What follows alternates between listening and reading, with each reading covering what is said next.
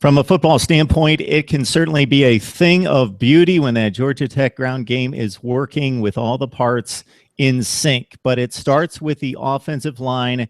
And for as good as it was 2 years ago in leading the Yellow Jackets to the Orange Bowl and an ACC championship appearance, it was not so good in a 3-win 2015. We bring in Joey Weaver from the Rumble seat to help us sort out this offensive line, Joey. And before we dive into specific personnel, just talk about the differences between what you saw in 2014 and 15 and the disappointment, especially since most of those guys were coming back. Yeah, you hit the nail on the head, is that 2014 to 2015 was night and day, kind of in the worst way possible for Georgia Tech. They returned 4 starters from 2014 to 2015, the only loss being Shaq Mason, who was drafted, I believe, in the 4th round by the Patriots.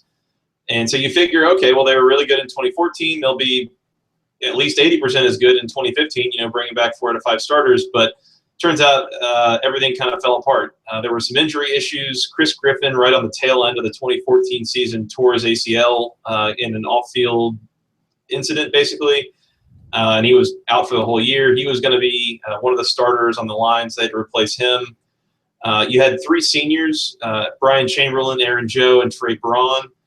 Figured that experience was going to be good. There were a lot of communication issues. One of the biggest, if you had to pick the 2 or 3 biggest problems on Georgia Tech's team last year, it was pass protection. That sounds silly for Georgia Tech, again, a team that is a very run-heavy, run-based offense.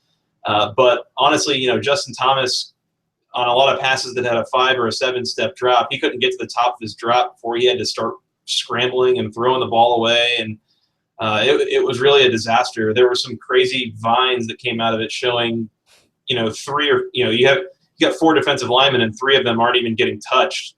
Just strange miscommunication. They never figured it out. That was one of the most disappointing parts throughout the course of the fall. And so basically what that ends up with is that, if they can't pass protect and they can just totally disrupt Georgia Tech's passing game without a hitch. Now the running game is getting stuffed because there's no threat of the passing game. And so it was a highly disappointing season, especially for that offensive line.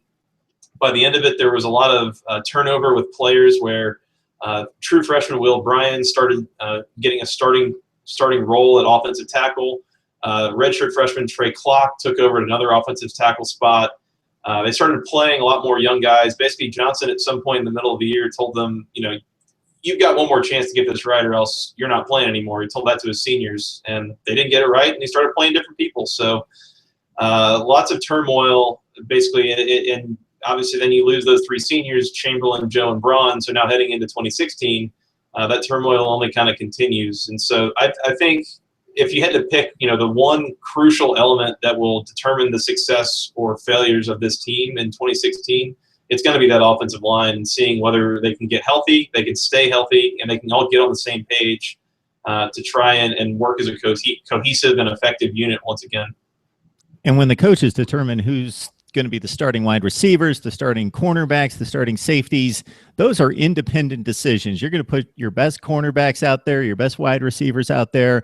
Defensive line, they have to work as a unit to a certain extent. Linebackers maybe to a more prominent extent in terms of determining outside, inside linebackers, and they work together, but nothing close to the offensive line. So you get caught sometimes between, we got to have our 5 best guys out there, but wow, if 3 of them are guards, then that may not necessarily work. So we've got to find a combination of the chemistry aspect and placing them in their best position versus having the 5 best offensive linemen out there, and that's kind of tricky. That's exactly right. And something that Paul Johnson has not been afraid to do with his offensive line is mix and match people at different positions. I mentioned that Will Bryan played a lot of tackle last year. He also played a lot of guard. He's got a lot of players that he can play at multiple positions. I can remember in recent years when they'd have a center get injured, the backup center was actually a tackle, so they'd move him into the interior line.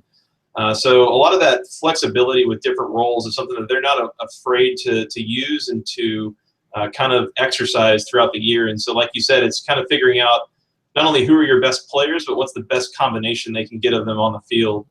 And unfortunately, like I said, in 2015, they just never really had a particularly effective combo.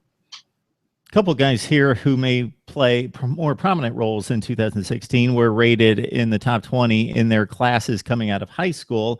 It's center Andrew Marshall out of Cumming, Georgia, also Parker Brawn out of Texas as a guard just in this latest 2016 class. So if you can kind of size up, I know it might be difficult where you expect these guys to play or where the battles are going to be up front in August to gain starting spots. Absolutely. So like you mentioned, Andrew Marshall, he's going to be a true junior this year. He's not taking a redshirt year. It's a little bit uncommon with the offensive lineman at Tech. He's been the backup center the last couple of years. He's played in most of the games over those 2 years. This year, he might end up taking on a different role. Freddie Burden returns as the starting center, and I think the coaches are starting to realize they have to get Marshall on the field. He's one of their best offensive linemen, so you can't save him for that backup center duty. So I would not be surprised if he gets, kind of mixed in at either guard or tackle. Like you mentioned, Parker Braun coming in as a true freshman. As we saw, again, last year with Will Bryan, they're not afraid to play true freshmen if they are some of the best guys out there. And so I would not be shocked to see him get some time, get some reps.